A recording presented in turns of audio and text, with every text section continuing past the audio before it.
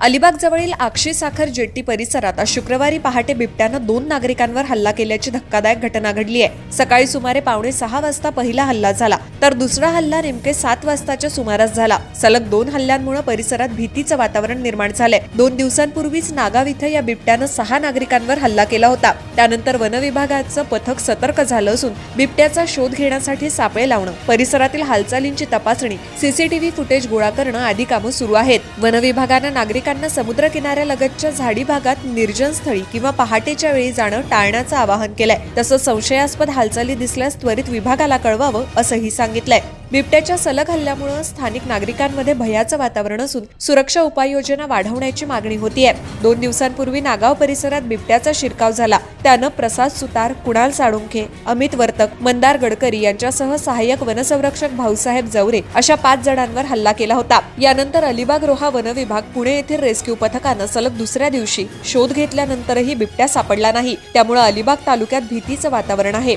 बिबट्या सापडला नसल्यानं नागावमध्ये शाळांना सुट्टीही देण्यात आली आहे। वन विभाग सलग दुसऱ्या दिवशी संपूर्ण परिसर तसंच आजूबाजूला शोध घेत होते, मात्र बिबट्या सापडला नाही। त्यामुळे तो या परिसरातून निघून गेला असल्याचा अंदाज व्यक्त केला जात असतानाच आज आक्षी येथे या बिबट्यानं 2घांवर हल्ला केला। या घटनेमुळे परिसरात भीतीचं वातावरण निर्माण झालंय।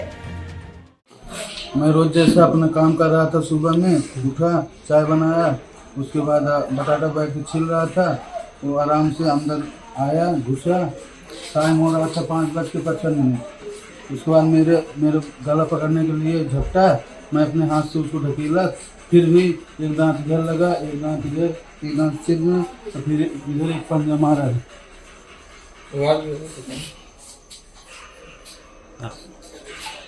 उसके बाद छलांग मार के ऊपर से निकल गया। मेरा नाम आनंद कुमार निषाद। नमस्कार, मी निलेश गजानन चौकर। आपल्या साखर कोलिवाड्यामध्ये काल 11/2025 पासून आपल्याकडे वाघाचा प्रादुर्भाव चालू आहे। प्रादुर्भाव झाल्यापासून आम्ही लगेचच आपल्या वन विभागाला कॉन्टॅक्ट केलेला होता। वन विभाग सुद्धा आलेला आहे आणि कालपासून पूर्णपणे टीम वन विभागाची आपल्याकडे शोध मोहीम चालू आहे, पण अजूनपर्यंत काय सापडला नाही। कालचा दिवस एक सुना गेला। त्याच्यानंतर आज ठीक सकाळी 5:55 एक आमच्या इथे वडापाव किंवा नाश्ता पाणी देणारा जो एक युपीचा भैया आहे, आनंद निषाद त्याचं नाव आहे, त्याच्यावरती हल्ला करून त्याच्यानंतर आमच्या इथे जाळी शिलाईला येणारे माणसं आहेत, त्यांच्या सुद्धा एक हल्ला केला आहे। असं 2 माणसांवर जोरदार हल्ला हा बिबट्याने केला आहे आणि आता पूर्ण रेस्क्यू टीम आमच्या साखर कोलिवाड्यात उपस्थित राहून त्याचा एक बंदोबस्त म्हणून शोध चालू आहे।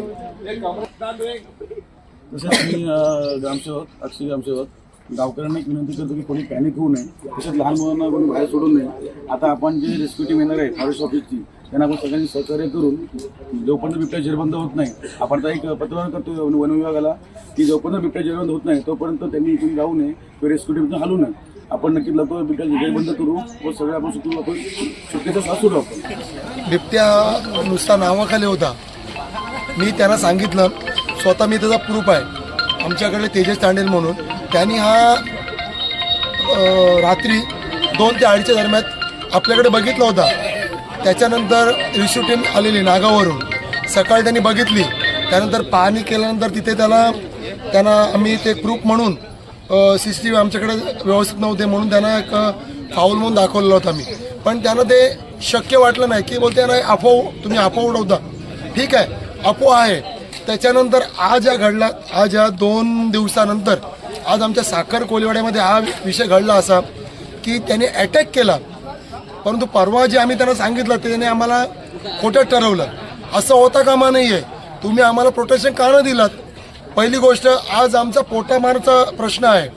जवळपास आम्ही 2 ते 2:30 वाजता आमच्या आई बहिणी साखर कोलिवाड्यातून तरी कडून पलीकडे जातात अलिबागला मच्छी विक्रीसाठी, तर त्यासाठी वन विभागाने पण आमच्याकडे लक्ष नाही दिलं।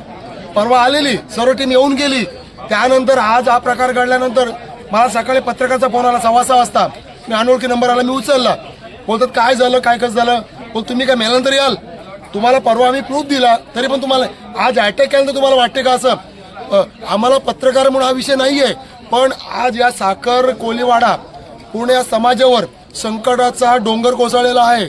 आज आमची छोटी छोटी मुलं आहेत, आमच्याकडे पूर्ण जाळी शिवण्यासाठी शिवणार लोक आहेत, पूर्ण वर्कर जवळपास 2 ते 2,500 नुसता आमचा कामगार वर्कर आहे.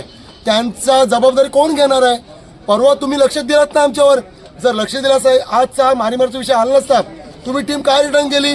आणि आज टीम सकाळी मी त्याला 6:15 वाजता स्वतः माझ्या फोनवर फोन केलेला आहे, अजूनपर्यंत ते हजर झालेलं नाही. रिसो टीम सांगतात रॉयल आहे, सांगतात आपल्या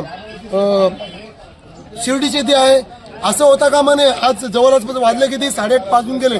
आज 2.5 तास पलीकडे आज अजूनपर्यंत आलेच नाहीये. मला कळत नाहीये की तुमचं काय चाललंय. आज आमच्या माणसांनी बघितलेलं मारायचा विषय चाललेला आमचा, पण कायदा आम्ही हातात घेऊ शकत नाही. त्याच्यामुळे त्या माणसांनी त्याच्यावर हात उचलला नाहीये. काट्या घेतलेला मारला, हात्यार घेतलेला मारला तरी त्याने काय त्यात, कारण का कायदा हा वेगळा आहे, त्याला पकड.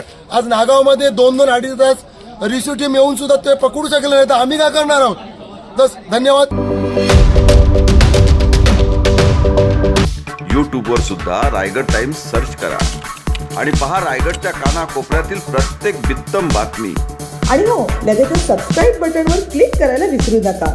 रायगड टाइम्स, आपलं चॅनल, आपला आवाज.